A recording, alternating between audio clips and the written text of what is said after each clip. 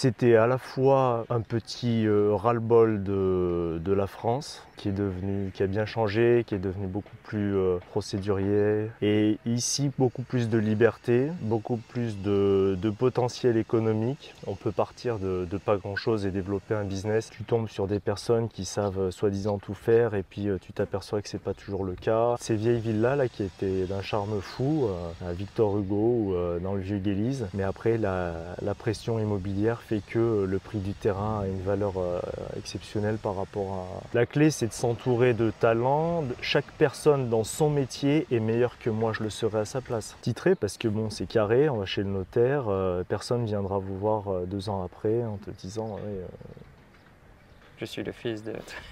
c'est pas ton terrain, quoi, voilà. Ouais.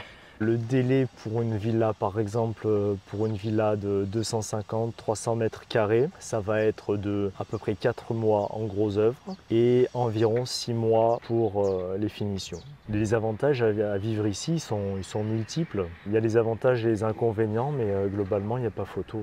Salut les amoureux du Maroc, aujourd'hui on se retrouve pour une nouvelle interview avec Benjamin de Optimal Construction. On va enfin aborder la thématique de la construction de villas, d'immeubles et bien sûr vous allez découvrir l'histoire de Benjamin, pourquoi il a décidé de venir s'installer au Maroc. Ta première fois au Maroc, tu te rappelles c'était quand, quel contexte? Bien sûr, c'était en 99 en famille.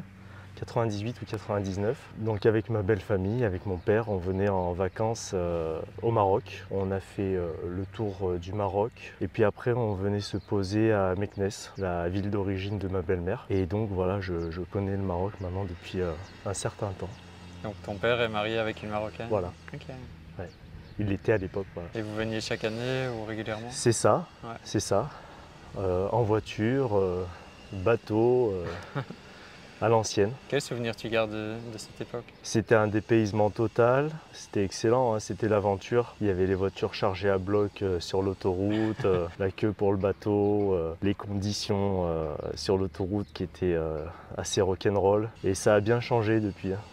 Ça s'est métamorphosé. Il y a eu un virage qui a été pris à peu près dans ces années-là, début 2000. Maintenant, ça se développe à toute allure. Et après, tu y es retourné quand tu étais adulte aussi? Oui, oui. Quelquefois adulte dans la maison familiale comme ça. Et puis plus tard, en 2012-2013, à Marrakech, où là je suis venu une première année régulièrement et puis après je suis venu m'installer. Depuis 2013, donc 10 ans, tu es au Maroc? Exactement. Et tu vivais où en France avant? Je suis de Romans, dans la Drôme. J'ai fait mes études à Montpellier, à Grenoble. J'ai travaillé chez GTM Construction, secteur Lyon. Et Rivasi BTP à Montélimar. C'était quoi l'impulsion de venir à Marrakech, de revenir au Maroc à cette époque 2013? C'était à la fois un petit ras-le-bol de la France qui a bien changé, qui est devenu beaucoup plus procédurier. Et ici, beaucoup plus de liberté. Beaucoup plus de potentiel économique. On peut partir de pas grand-chose et développer un business, alors qu'en France, c'est déjà un petit peu tout conquis et c'est un petit peu plus délicat. Et tu avais déjà tes compétences dans la construction à ce moment-là? Bon, je suis sorti diplômé de l'école d'ingénieur en 2009. C'est mon père qui m'a transmis un petit peu le virus de la construction, du bâtiment. Il était artisan carreleur et déjà depuis assez jeune je travaillais avec lui sur les chantiers et donc après rapidement je me suis orienté vers un bac STI, génie civil déjà, BTS bâtiment et école d'ingé en alternance. C'est une passion pour toi ça? Oui, clairement, même quand j'étais gamin, quand on venait ici, quand j'avais autour des 14 ans, je regardais les chantiers. C'est vrai. Et je voyais des méthodes archaïques, mais un certain talent dans le savoir-faire, une certaine maîtrise des choses, avec peu de moyens, ils construisaient. Est-ce que tu as découvert aussi le sud-est du Maroc où tu as beaucoup de constructions en terre et tout ça? Au niveau des constructions en terre, moi j'en ai beaucoup vu à Sidi Slimane, donc c'est plutôt le nord du Maroc, où donc à la campagne, ils ont énormément de constructions en terre. On a passé le confinement du Covid là-bas, chez la belle famille. Et par contre, le sud-est, tu m'as dit, du Maroc, je le connais moins. Mais donc tu parles de Ouarzazate et Zagora et ces coins-là? Ouais. C'est ça, donc oui aussi. Voilà, oui, un petit peu. Et ton regard d'un point de vue construction et tout ça, c'est quoi ton rapport avec ces méthodes-là de terre? J'aime beaucoup aussi. Ouais. Il y a beaucoup de pragmatisme. Parfois, on peut facilement, des fois c'est quand même pas assez durable. Bon, la terre, il faut refaire le pisé chaque année, etc. Des fois, quand on mélange un peu de ciment quand même dans le mélange, ça fait un résultat plus durable. Mais globalement, j'aime beaucoup ces systèmes quand même. Comme tous les pays qui se développent, les Marocains ont laissé tomber Eh oui. ces traditions-là Oui. pour construire en dur, en béton. Oui, tout à fait. Ça s'est généralisé maintenant à tout le Oui, pays. ça se généralise. Pour l'instant, on est à fond là-dessus. Mais effectivement, moi, je ne laisse pas tomber la possibilité de faire de la BTC, brique de terre compactée, qui a des caractéristiques très isolantes. Pareil, en incorporant comme 5% de ciment. C'est pas beaucoup, mais ça permet quand même de stabiliser le matériau. Avec de l'épaisseur des murs, ça fait des maisons qui ont une bonne inertie thermique. Ça fait un effet cave un petit peu. Donc elles gardent bien la température, c'est très intéressant. Tous ces systèmes-là quand même. Le solaire, moi je le propose beaucoup, les clients me sollicitent énormément pour ça. Ouais. Ici c'est très rentable, il n'y a pas besoin qu'il soit subventionné pour que ça vaille le coup. C'est très rapidement amorti, voilà, le soleil est là, autant en profiter. J'essaye de mettre en avant quand même tous ces systèmes. Quelqu'un qui veut s'installer au Maroc, qu'il soit marocain d'origine ou étranger, c'est quoi les différentes options qu'il a? Donc il peut soit louer, il peut acheter une maison déjà faite, ou Oui. il peut la construire. Oui.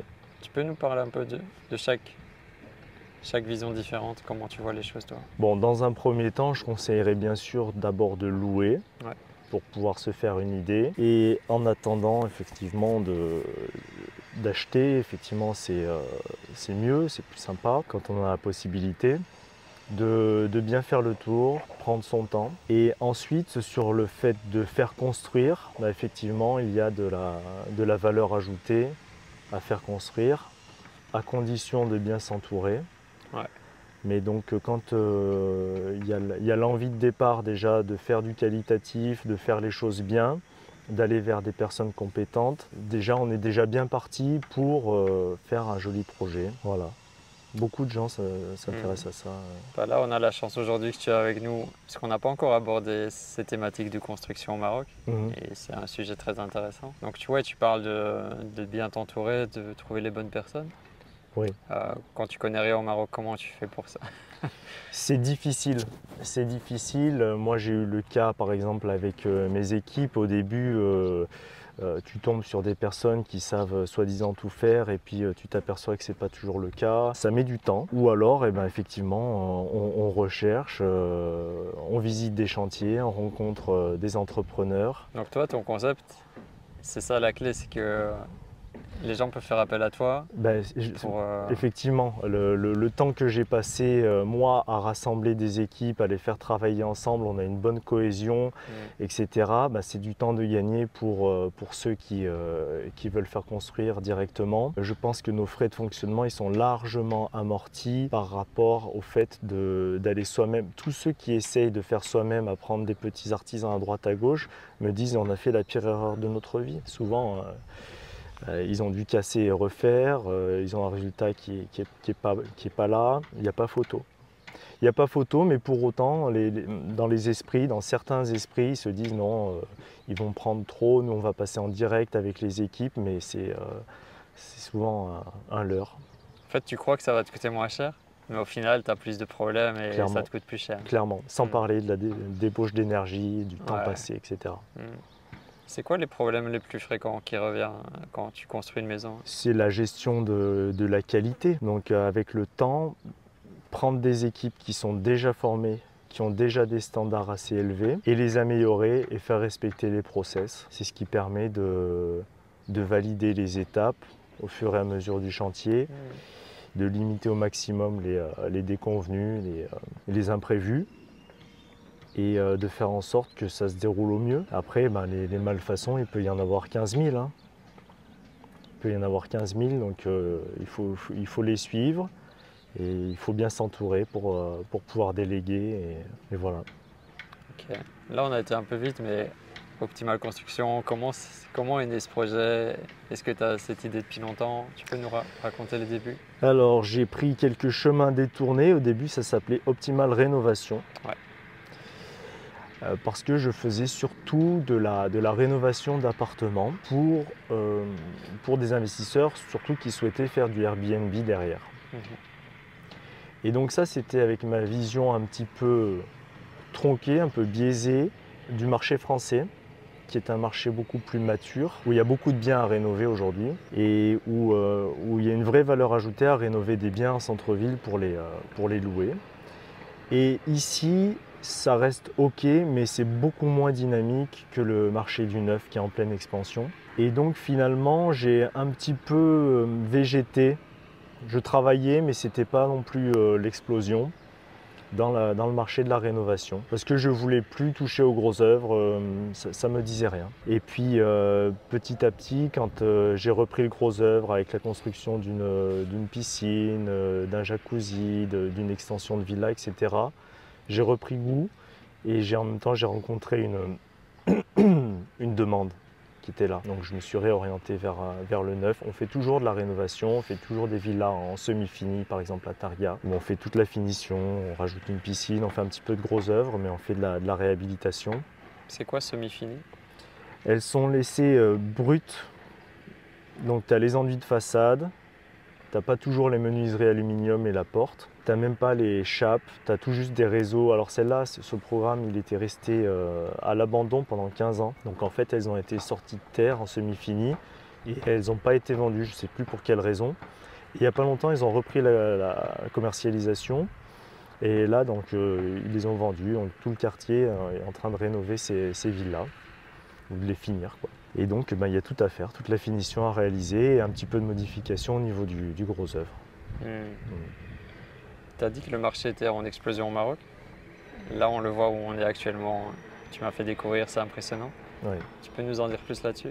Il y a effectivement, c'est très très dynamique, hein. Il y a des zones entières qui sont des grands chantiers. Là, on a fait le tour, les villas se construisent les unes après les autres, tranche par tranche après tranche. Comme des champignons un peu partout. Ouais, ouais. Et des zones comme ça, il y en a beaucoup. Tout le Maroc. Tout le Maroc, hein. Clairement. On voit aussi la construction d'immeubles aussi, ça s'arrête pas non plus. Pareil, dans Ouais. Guélise, hein, il y a encore quelques vieilles villas qui sont rasées pour être remplacées par des immeubles. Et effectivement, ça n'arrête pas. On y viendra peut-être un jour, construire des immeubles. Voilà. Moi, ce que je trouve un peu triste, c'est aussi que tu perds un certain charme de maison traditionnelle et ancienne. Bien sûr. Pour mettre un immeuble. Oui, tout à fait. Ah oui, il y a ces vieilles villas là, qui étaient d'un charme fou, à Victor Hugo ou dans le vieux Guélise. Mais après, la pression immobilière fait que le prix du terrain a une valeur exceptionnelle par rapport à un R+5, plus que pour une belle villa, quoi. Moi, je vois, j'ai des cours de yoga à Victor Hugo, dans une maison. Et avant, il n'y avait rien à côté, c'était calme et tout. Et là, ils ont construit que des immeubles tout autour. Ouais, je crois que je connais ce coin de petites villas avec des gros murs de pierre comme ça. Elles sont pleines de charme. Mais encore bien habitées, donc heureusement, c'est pas passé en zone immeuble encore. Donc, tant mieux, elles sont préservées, mais c'est vrai qu'on voit que ça se rapproche, quoi. Et ici, les clients de toutes ces villas, c'est des Marocains, c'est des étrangers? Tu connais, ou un peu du tout? Tu connais les profils? Oui, c'est ça, c'est moitié-moitié. Ici sur Akenza, pas mal de MRE, pas mal de Marocains, quelques Français aussi, parce que donc il y a la VNA, donc on peut être propriétaire sans problème. Par rapport à ma clientèle, je dirais moitié-moitié, entre des Marocains, des MRE ou des Français. Par contre, souvent, les Marocains avec qui je travaille, c'est des gens qui ont voyagé, qui ont vécu en Europe, qui ont fait leurs études en Europe, et qui sont revenus ici et qui vont plus facilement me faire confiance en Europe ou au Canada ou aux États-Unis d'ailleurs aussi, et qui ont goûté finalement à la qualité, à l'occidental, etc. Puis qui veulent retrouver ces standards-là ici, quoi. C'est ça. Justement, comment tu as bâti ton équipe? Comment ça s'est mis en place? Est-ce que c'est aussi complexe. C'est un défi. J'ai repris vraiment au pied de l'échelle à travailler avec les gars en carrelage, à former des équipes, ou du moins à les améliorer, à les outiller,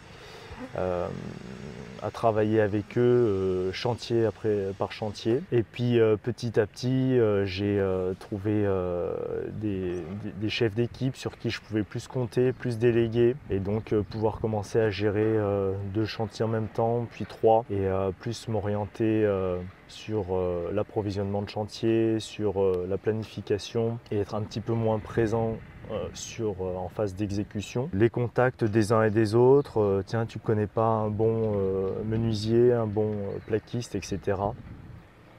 Et puis finalement en leur confiant un chantier, en voyant si ça marche ou si ça marche pas. Avec certains on arrête, avec d'autres on poursuit. Avec d'autres on corrige un peu le tir et puis on fait aller. Ça demande aussi beaucoup d'humilité, de l'adaptation. Moi, je suis assez exigeant quand même sur les standards, donc forcément, je leur demande quand même un petit peu plus que le client lambda, mais j'essaye d'être indulgent, de rester sympa et garder de l'humilité, quoi, voilà. Là, tu as combien de personnes? De manière élargie, on va dire jusqu'à 30 personnes. Ouais, c'est impressionnant. Hein. Il y a tout le côté humain aussi qui rentre en jeu, et communication. Bien sûr. J'essaye de leur véhiculer ces valeurs que j'ai, qui sont de travailler en transparence, travailler en vérité, et globalement d'essayer de... Tout ça, ça mène à une bonne entente, à de la qualité, à du dialogue, et c'est comme ça qu'on y arrive, je pense. Et globalement, c'est bien perçu, c'est apprécié, et souvent ils n'ont pas de mal à y adhérer, à comprendre que c'est beaucoup plus clair, beaucoup plus sain de travailler comme ça, plutôt que de garder des non-dits, ou de ne pas oser faire une remarque, ou des choses comme ça. Ouais, il faut dire les choses. Clairement. Ouais.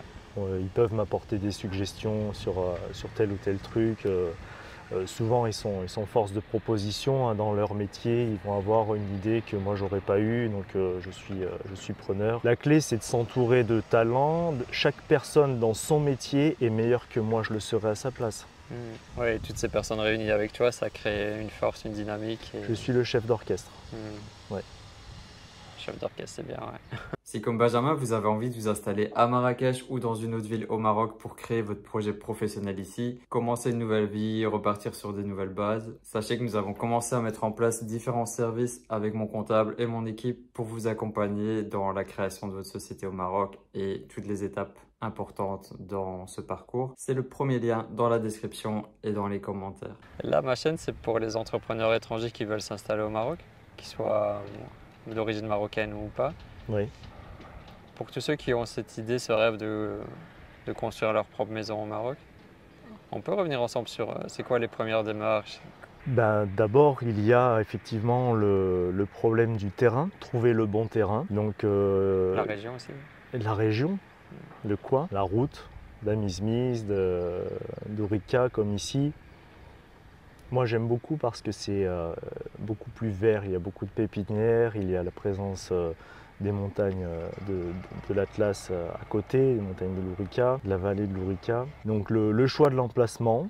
Ouais, en premier. Ouais. Le choix du terrain, titré. Titré, franchement, il n'y a pas photo. Certains achètent pour le faire titrer après, pourquoi pas. Pourquoi c'est mieux à titrer, dis-nous? Titrer parce que bon, c'est carré, on va chez le notaire, personne ne viendra vous voir 2 ans après en te disant ouais, je suis le fils de... c'est pas ton terrain, quoi, voilà. Ouais. Donc là, il n'y a pas de question pour l'autorisation, pour le permis de construire, etc. C'est beaucoup plus carré. Ouais. Et puis également, souvent, donc, ces terrains un peu isolés. Alors, certains préfèrent ça parce qu'ils vont avoir le calme et la tranquillité. Mais bon, l'inconvénient, c'est les aspects de sécurité. Donc, on n'a pas de voisinage comme ici. Ici, c'est des résidences quand même avec gardien à l'entrée, plein de maisons. Il y a du voisinage. Certes, l'inconvénient de la proximité, mais l'avantage de... Et ça c'est ça qui a l'air le plus demandé, hein, peut-être. bien sûr.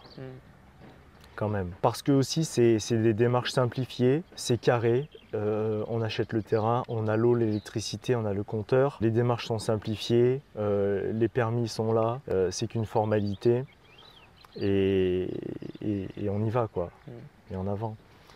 Alors que les autres terrains c'est beaucoup plus compliqué. Est-ce que tu es obligé de venir sur place ou ça peut se faire à distance? Comment les gens découvrent ces projets, par exemple, comme ici? Bien sûr, toujours mieux de venir voir sur place. Hein.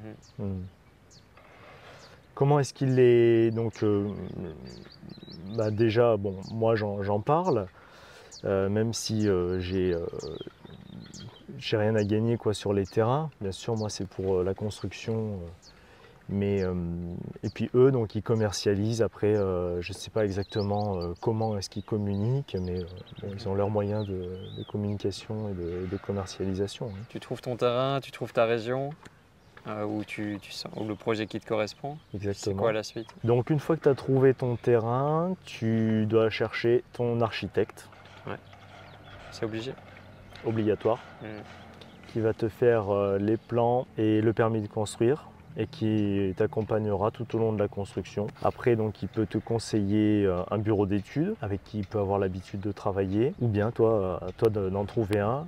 Là aussi, il y a des bons et des moins bons, des qui vont être plus ou moins longs, plus ou moins sérieux dans leur travail. La tendance qu'ils peuvent avoir pour aller plus vite, c'est de se couvrir et de reporter sur toi finalement le coût de la construction. Donc eux, comment est-ce qu'ils vont se couvrir? Ils vont augmenter les dimensionnements des aciers, des poutres et des poteaux, de la structure. Ils vont l'augmenter sans rentrer trop finement dans les calculs parce que ça leur prend du temps. Et par contre, toi, tu vas avoir une construction beaucoup plus lourde en termes de coûts et de techniques de mise en œuvre. Donc il faut leur demander d'optimiser, de ne pas augmenter de manière inutile les coefficients qui sont déjà là, de manière à garder des coûts cohérents. Et puis les relancer, les suivre, de manière à ce que les démarches ne mettent pas trop longtemps. Généralement, bon, ils arrivent à être assez efficaces, mais il faut quand même être présent et les suivre. Ça peut prendre combien de temps? L'étape architecte? Bon, l'étape architecte, jusqu'à dépose du permis, on va dire 2 à 3 mois. Parce qu'il faut 1 mois quand les plans, on va dire 2 mois pour avoir bien défini le projet. Et ensuite, le permis est déposé et donc on le reçoit au bout d'1 mois. Le bureau d'études, ça peut aller assez vite, 2 à 3 semaines, même des fois un peu plus vite. Et puis après, donc, il y a le règlement de la taxe, etc. La mise en place des compteurs d'eau, d'électricité. Et puis donc après, c'est parti. Le choix de l'entreprise. Le choix de l'entreprise. Voilà. Oui. Donc là, comment tu fais à cette étape? Tu dois chercher ce qui existe ou... Alors, bien sûr, principe de base, faire jouer la concurrence, pas de souci, normal. Faire plusieurs devis. Ouais. Faire plusieurs devis sur une base égale, important. Parce que si c'est pour demander 3 prix sans plan, on peut te dire tout et n'importe quoi. Ouais. Non, il faut les plans béton armé. Et là, on demande 3 prix sur cette base-là. Donc les 3 entrepreneurs vont avoir chiffré la même chose. Ouais. Oui. La même chose, avec le même cahier des charges, avec les mêmes murs bien isolés, par exemple, etc. etc.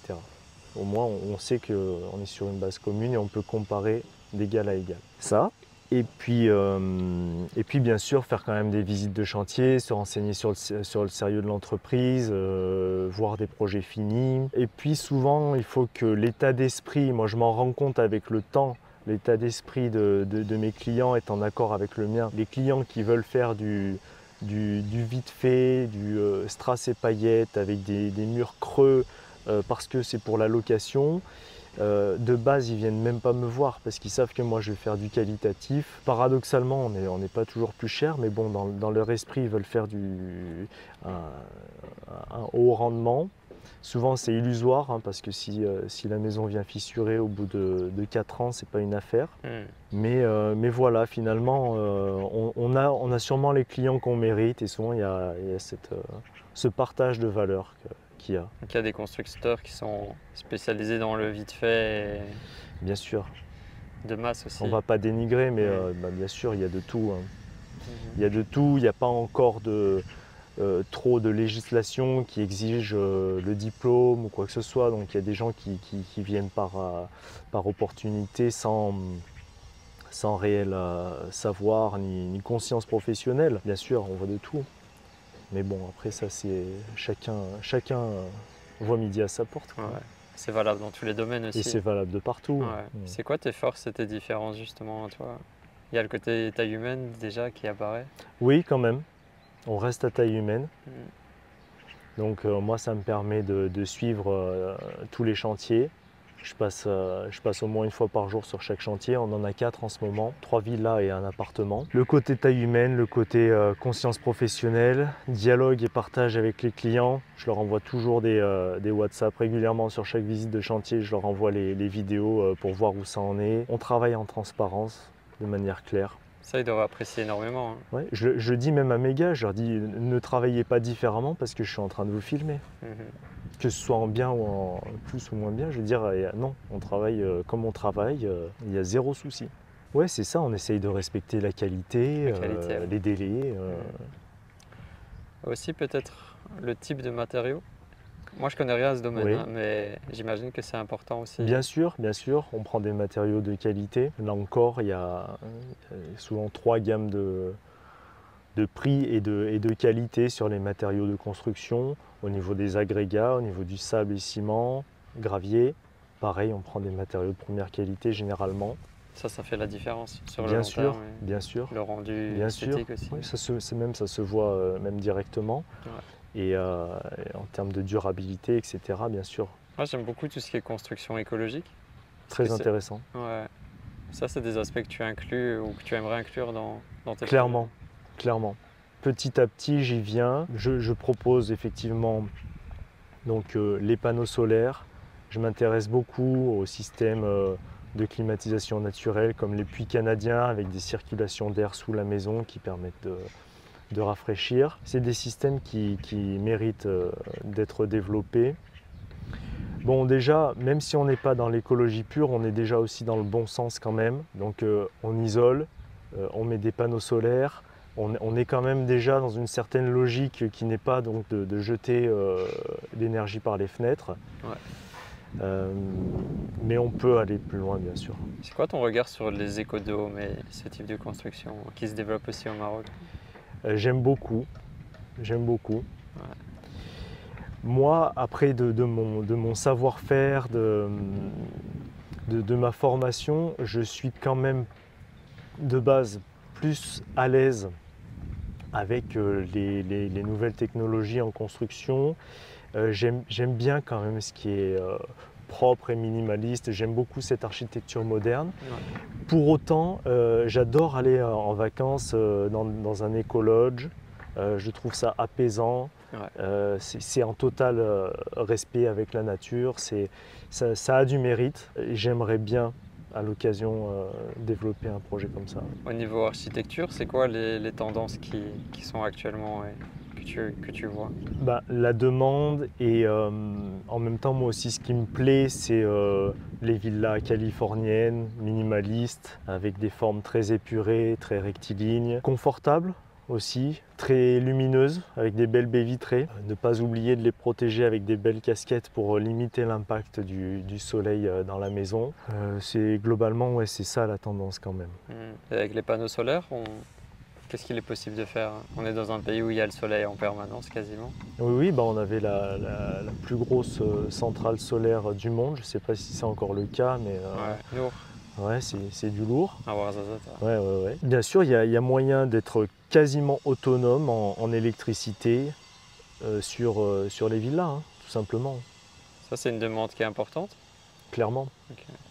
Clairement, parce qu'en plus, c'est rentable et ça va dans le sens de l'écologie, du respect de l'environnement. Donc, très bien, quoi. Ouais, c'est génial. Et pour l'eau, on sait que c'est une ressource très précieuse. Ouais. Comment se passe la gestion de l'eau sur des chantiers comme ici, par exemple, où c'est des dizaines d'hectares? Effectivement, c'est un point clé. Je sais que les nappes phréatiques dans pas mal de coins ont baissé drastiquement durant ces 20 dernières années, de par l'agriculture, de par la consommation, de par le tourisme et la construction. La sécheresse. Ouais. Et la sécheresse, le climat qui aide pas. Maintenant, je sais qu'au niveau national, j'avais lu un article il y a quelques temps qui relatait plus de 18 constructions de centrales de traitement des eaux de mer, de dessalement des eaux. Ouais. Et avec des projets donc, de pipeline en direction de la région également. On n'est pas très loin, on est à 1h30 de l'océan. Et donc je ne sais pas exactement où ils en sont ces projets, mais je sais qu'en termes d'infrastructure, c'est dans les, voilà, c'est en cours de route. Oui, parce que ça construit de plus en plus tout le pays. Ouais. Mais les ressources, il faut que ça suive. Pas, quoi. Ouais. Non, c'est un problème épineux, effectivement. Ça demande réflexion. Donc on peut revenir sur les étapes. Donc tu trouves ton terrain, ta région, ton architecte, ton constructeur. Ouais. Donc après, ça prend combien de temps pour construire une maison par exemple? Alors le délai pour une villa par exemple, pour une villa de 250-300 mètres carrés, ça va être de à peu près 4 mois en gros œuvre et environ 6 mois pour les finitions. C'est rapide. C'est assez rapide, ouais. Si tout se passe bien. Ouais. Maintenant voilà, ça peut durer 1 an au total. Ouais. Donc quand tu as choisi ton constructeur, est-ce que tous communiquent comme toi avec les clients ou ils font le truc et puis... Je sais pas, il faut leur demander. Ouais.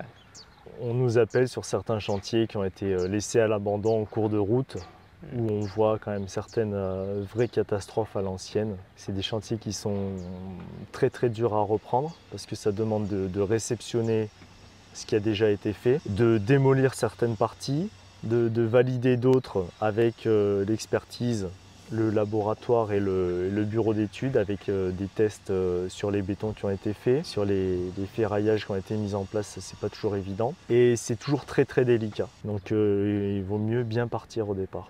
Il y a des choses importantes que tu as envie de partager justement liées à ce domaine-là de construction, les dangers ou les choses qu'il faut vraiment faire très attention. Bon, tu me parles de danger, alors au niveau de la prévention des risques, il y a tout à faire, ou du moins il y a beaucoup à faire. Ouais. Parce que donc, dans les mœurs, dans les mentalités, c'est pas encore ça, il y a peu de prévention autour de ça. Donc nous, on s'est attaqué au volet déjà rangement des chantiers. Donc après avoir un peu bataillé, finalement j'en suis arrivé à mettre une personne dédiée au rangement et à l'entretien du matériel. Chaque jour donc. Voilà. Responsable du matériel et de l'entretien, du graissage, du passage, donc de l'entretien, des panneaux de coffrage, des bétonnières, etc. Et en même temps, ça fait un chantier propre, donc moins dangereux. Parce que bon, il y a moins de madriers avec des pointes de partout. Quand c'est rangé déjà, ça va déjà beaucoup mieux. Et puis j'essaye de véhiculer voilà, le fait de libérer des accès sans contrainte, des accès donc protégés. Parce qu'on a vite fait de voir une échelle avec au milieu un madrier et 2 pointes qui sortent à proximité de l'échelle. De base, ça ne pose pas toujours problème. Ils savent qu'il faut ouvrir les yeux, faire attention, mais ils ne sont pas toujours là pour prévenir les risques. Donc moi j'essaye de les sensibiliser à ces choses-là. Je leur fournis l'équipement de base, casque, gilet, chaussures, les gants, les lunettes de protection, les masques et tout ça. Et puis petit à petit j'essaye d'aller dans ce sens. Et sans tomber non plus dans la folie dans laquelle on est tombé en Occident, où on ne peut plus travailler au-dessus de 50 cm sans garde-corps. Etc. Trouver une certaine logique, un certain équilibre. Voilà. C'est vrai que sur un chantier, tu as des risques de blessures, même de mort parfois. Bien sûr. Non, il faut être vigilant, il faut être couvert, et bien sûr. Et donc tu nous as dit que tu communiquais beaucoup avec tes clients en leur envoyant l'évolution des travaux et tout ça.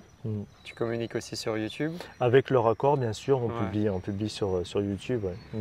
Okay. Qu'est-ce qui t'a donné envie de démarrer YouTube?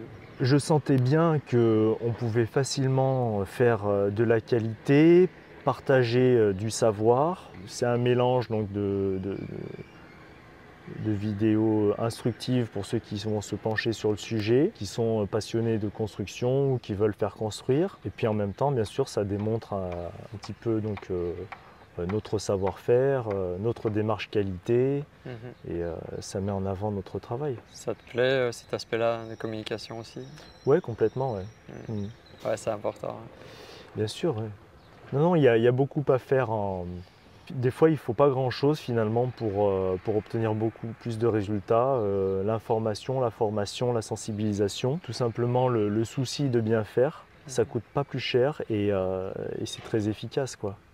Le souci de faire une dalle bien avec une belle surface, de faire un mur droit dès le départ, ça permet de moins charger pour récupérer l'alignement. Ça ne coûte pas plus cher. Mais comme je dis souvent, quand le travail est déjà bien commencé, il est déjà à moitié fini. Il faut démarrer d'une base solide et Exactement. chaque étape faire Exactement. attention. Voilà. Ouais, dans ta dernière vidéo, tu parlais de l'importance de tasser la terre aussi. Ouais, complètement, complètement. Des petites choses effectivement qui peuvent causer beaucoup de désagréments. Pareil, on a visité des villas où tout le tour du dallage des terrasses de la maison s'est affaissé de 15 cm. Donc il y a la plainte qui était contre la maison du passage, et puis donc les terrasses qui sont affaissées. Et ça, on le voit pas mal, mais c'est vrai que non, il faut y être très très vigilant, quoi. Toi, en tant que Français étranger qui a un business de construction ici, est-ce que tu t'es senti bien intégré ou est-ce qu'on t'a mis des bâtons dans les roues? Comment ça s'est passé niveau professionnel? Globalement, on est quand même très très bien accueilli, très très bien perçu. Rarement, donc il y a très peu de racisme ou d'idées reçues ou d'a priori. Globalement, on est quand même très très bien reçu. Et même avec les équipes, souvent ils apprécient la démarche qualité, etc. Donc globalement, ça se passe très très bien. Il y a une grosse concurrence dans ce domaine ou ça va, c'est chacun à sa place, hein? Oui et non. C'est à la fois assez concurrentiel parce qu'il y a beaucoup de monde. Et en même temps, il y a quand même moyen de se démarquer et de sortir un petit peu. Toi, ce qui est bien, c'est que tu as trouvé ta force et ta différence. Oui. Ça joue beaucoup, hein. Mm. Au niveau des piscines, il y a plein de piscines à Marrakech. Bon, d'un point de vue écologique, c'est pas top, mais C'est un peu zéro, ouais. est-ce que c'est une demande qui est très très fréquente quand tu prends une villa? Clairement. Et même on nous demande souvent qu'elle soit chauffée parce que donc on peut la louer. C'est vrai que c'est une forte valeur ajoutée. C'est une plus-value pour un bien qu'on veut louer toute l'année, piscine chauffée.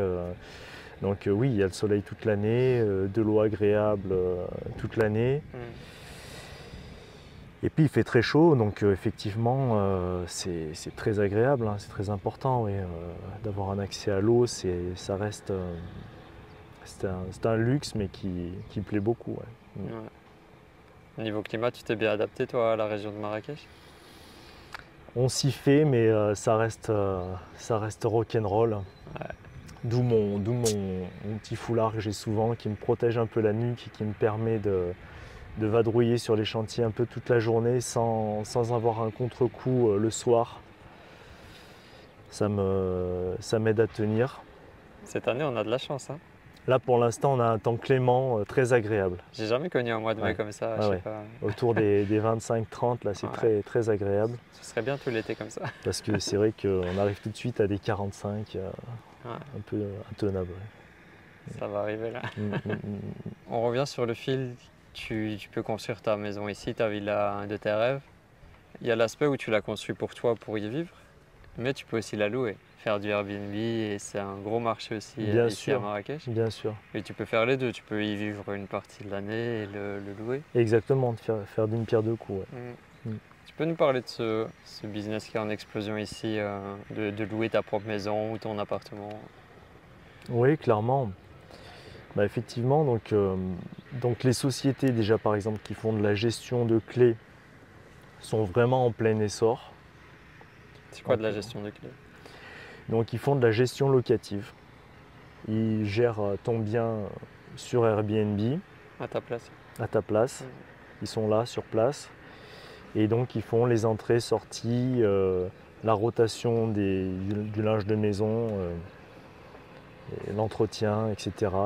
Le ménage à chaque fois. Oui, de la conciergerie. Donc ça, c'est un volet qui est assez intéressant. Moi, souvent, on me sollicite pour ça, quand la construction elle s'est bien passée et puis que les clients, donc, ils ont cette maison pour venir en vacances et puis en même temps pour éventuellement se défrayer ou même carrément se générer un revenu. On me sollicite quand même souvent pour ça et on verra, mais je pense qu'à terme, je vais développer une branche pour ça, mettre en place un système, une équipe. Ouais. Voilà.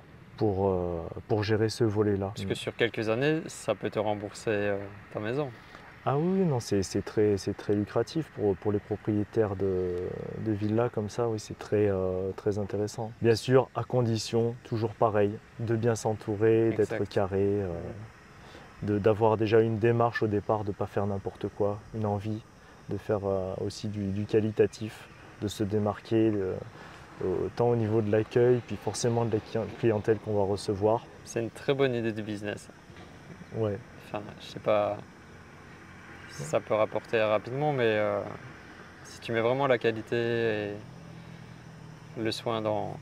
Ah oui, dans l'accueil. Ouais. Oui, clairement. Ouais. Clairement, il y a une forte demande pour ça. Souvent, les gens ici n'ont pas confiance de confier leurs biens, donc il y a beaucoup de biens qui restent fermés, etc. Parce qu'ils n'ont pas d'interlocuteur de confiance ici, qui vont bien gérer de manière honnête et propre leurs biens, quoi. Donc ouais, là aussi, il y a de la demande. Il y a plein de maisons qui restent vides alors qu'ils pourraient faire rentrer de l'argent. Clairement. Ouais, est-ce que tes clients veulent rester ici à l'année ou c'est juste quelques mois par an? On a les deux. Mais beaucoup, c'est ceux pour qui c'est quelques mois par an, c'est avec le projet de, dans quelques années, venir s'installer ici bien souvent. Tu comprends cet engouement de venir vivre au Maroc? Clairement, hein. Ben, on l'a compris il y a 10 ans. Hein. On l'a compris il y a 10 ans, il n'y a pas photo. C'est quoi les avantages pour toi? Ben, mine de rien, oui, beaucoup plus de liberté, un cadre qui est là, mais qui fait en sorte que la société tourne bien, ce qui s'est un peu perdu en Occident. Les avantages à vivre ici ils sont multiples. Il y a les avantages et les inconvénients, mais globalement, il n'y a pas photo. Hein. Ouais, tu choisis s'il y a plus d'avantages que d'inconvénients ouais. Pour rester définitivement. Ouais, mais pour moi, voilà, le cadre de vie, je me sens mieux quoi, ici. Il n'y a pas... puis l'activité, hein, dans mon métier aussi, il y a tout à faire. Ça doit être passionnant. Hein. Ouais. Comment tu vois l'évolution de Optimal Construction justement? Eh bien, étape par étape, on grossit lentement mais sûrement. On est en cours de chiffrage, pour certains bien avancés, sur encore pas mal de projets. Et donc on monte en gamme petit à petit, on monte un petit peu en capacité, sur la taille des projets aussi, on fait des villas plus grosses petit à petit. Et puis on verra d'ici quelques temps si on peut s'attaquer à éventuellement de l'immeuble, d'habitation. Est-ce que ça te plairait de faire exemple un immeuble mais qui soit complètement décalé de ce qui existe déjà Ouais, complètement. Bah déjà, il y a beaucoup de choses à faire. Ils sont un peu réticents sur une architecture bien moderne, bien minimaliste. Donc oui, il y a possibilité de se démarquer là-dessus aussi. Hein. Ouais. On n'a pas trop parlé de prix, d'argent. Donc pas forcément pour toi ce que tu proposes, mais tu peux nous dire un peu globalement les idées de prix, que ce soit terrain, architecte, construction, juste pour avoir une idée approximative. Pour parler clairement, au niveau des, par exemple, un produit très demandé, classique, pour une villa de 250 mètres carrés, en termes de coût, je pense qu'approximativement, quand on achète le terrain et qu'on fait construire, on peut tourner autour des 3 millions de dirhams, 300 000 euros. Ouais.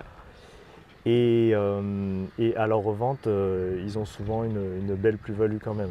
C'est des produits qui valent pas moins de 4,5 millions, 450 000 euros. Voilà, ça c'est un petit peu, pour te donner le prix un petit peu du produit phare de la villa. Voilà. Et donc du coup, ça attire pas mal de gens qui font de la promotion comme ça, qui achètent des terrains, qui font construire, et qui revendent ou qui mettent en location un temps, puis qui vendent après, etc. Ça c'est un gros marché aussi ici. Oui, tout à fait. que ce soit des MRE, des Français ou des Marocains. C'est quoi les autres messages que tu aurais envie de faire passer? Venez au Maroc, respectez-le, respectez ses habitants, leurs valeurs, leurs coutumes. Apprenez d'eux, apprenez leur langue. Apprendre une nouvelle langue, c'est apprendre une nouvelle façon de penser, une nouvelle philosophie. Très important. Ça tombe les barrières. Pour te contacter, je vais mettre les liens en description, mais c'est quoi le meilleur moyen de rentrer en contact avec toi? Par mail ou par WhatsApp, tout simplement. Ok. Voilà. Je suis assez dispo. Quelqu'un qui veut faire appel à tes services pour une construction, il doit attendre combien de temps? En général, c'est assez rapide. Pour l'instant, on arrive à faire face à la demande sans délai. Voilà. Donc en général, on convient d'un rendez-vous assez rapidement dans la semaine, puis on avance comme ça. Et puis donc dès qu'on a les plans, les autorisations, les compteurs, on démarre rapidement, sans souci. Tu imagines déjà le moment où tu pourras déléguer encore plus? Oui. Oui, clairement, parce que pour l'instant, comme beaucoup d'entrepreneurs, j'ai toutes les casquettes. Et donc petit à petit, la tâche sera de confier certaines missions à des responsables. De confiance. Exactement, Ouais. bien sûr. Compétents et de confiance et qui adhèrent aux valeurs de l'entreprise. Et bien sûr. Donc il y a le suivi de chantier, l'assistance à maîtrise d'ouvrage avec les clients. Il y a la partie administrative que je délègue déjà un petit peu avec la compta, etc. La partie création de contenu, publication, tout ça, bon là j'aime bien le gérer moi-même. Le suivi de chantier c'est pareil, j'aime bien le gérer moi-même. Ouais. Mais petit à petit, oui, quand on va grossir, il faudra de l'aide ou des tâches partagées avec quelqu'un d'autre, qu'on puisse élargir un petit peu le champ. Voilà. C'est quoi les qualités pour toi d'un bon entrepreneur? Alors j'aime beaucoup une phrase de Jim Rohn qui disait travaillez toujours plus sur vous-même que sur votre business. Donc déjà clairement ça demande de devenir quelqu'un dans sa vie, d'avoir des routines, on en parlait, d'avoir des routines, que ce soit au niveau méditation, lecture, sport, un train de vie, une vie équilibrée. C'est important pour toi? Complètement. Complètement. Et en même temps se rappeler que le développement personnel, le travail sur soi, c'est pas non plus du travail. Et qu'à côté, ça demande le taf. Voilà. Donc beaucoup de travail, ne pas compter ses heures. L'habitude du kilomètre de plus. Également une autre phrase de Jim Rohn, prenez l'habitude de donner plus que ce pour quoi vous êtes payé. Et vous verrez un jour récompenser plus que ce que vous avez fait. C'est le marché qui veut ça. Ouais. C'est pas par intérêt ou par truc un peu malin, mais c'est juste le marché qui veut ça. Ça, c'est super puissant. Clairement. Parce que si tu donnes moins que ce que le client a imaginé, il va te détester. Ouais, complètement. Si tu donnes plus, c'est ça. C'est le secret pour la satisfaction client, c'est d'aller au-delà de ses attentes. Ouais. Et ça va à l'encontre de pas mal de certains qui vont se dire non, ça fait presque partie de la négociation, c'est-à-dire que de temps en temps, certains artisans ou quoi vont chercher à baisser un peu la qualité qu'on leur a demandé au départ, justement pour dégager une marge en plus. Mais c'est un calcul qui est court-termiste, qui marche une fois mais pas deux. Et au bout d'un moment, ils végètent, ils sont toujours au même stade, alors que toi, au début, ok, bien sûr, tu renies tes marges, mais à la longue, c'est ça aussi qui permet d'élargir le champ, de faire de la qualité, d'aller de l'avant, quoi. Donc c'est beaucoup d'heures de travail.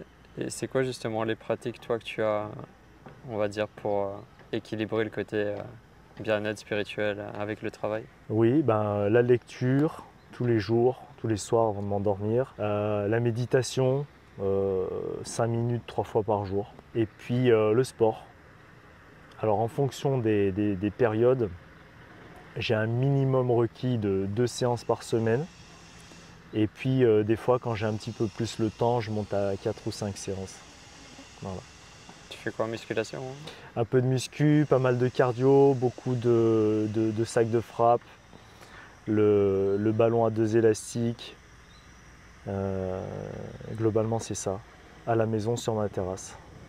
Ah, Et je fais pas assez de sparring, d'entraînement avec les potes, mais c'est très important de pouvoir se mettre aussi dans des situations réelles.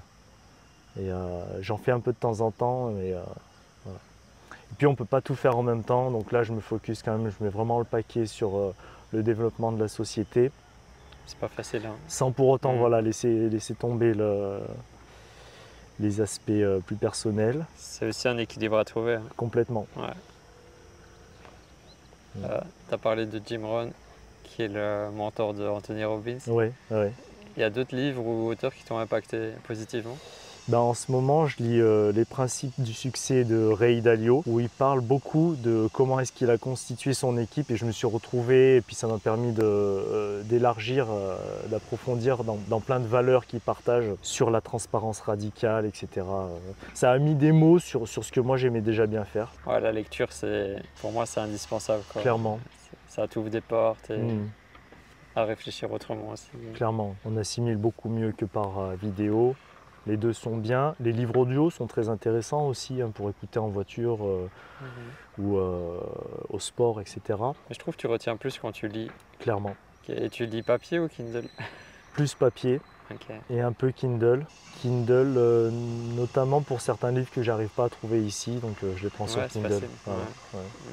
Bah écoute, merci beaucoup pour ce moment. Merci à toi Stéphane. Je suis content de te connaître et voilà, qu'on ait pu partager ce que tu fais ici à Marrakech. D'ailleurs, est-ce que tu penses peut-être aller dans d'autres régions du Maroc? On avait eu un coup de cœur pour Tanger. Ouais.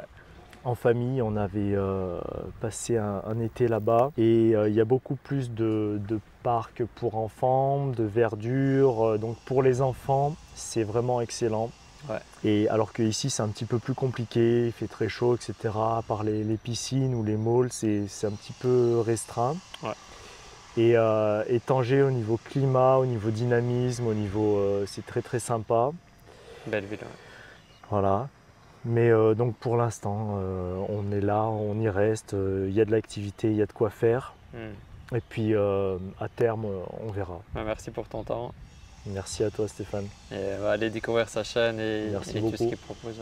J'espère que cette nouvelle interview vous aura plu. Si vous voulez aller plus loin, j'ai créé une formation gratuite justement pour vous aider à réussir votre nouvelle vie au Maroc. Je vous partage pendant 7 jours 7 conseils, un conseil par jour par email directement dans votre boîte mail. Pour recevoir la formation et le premier mail, vous avez les infos dans la description de cette vidéo.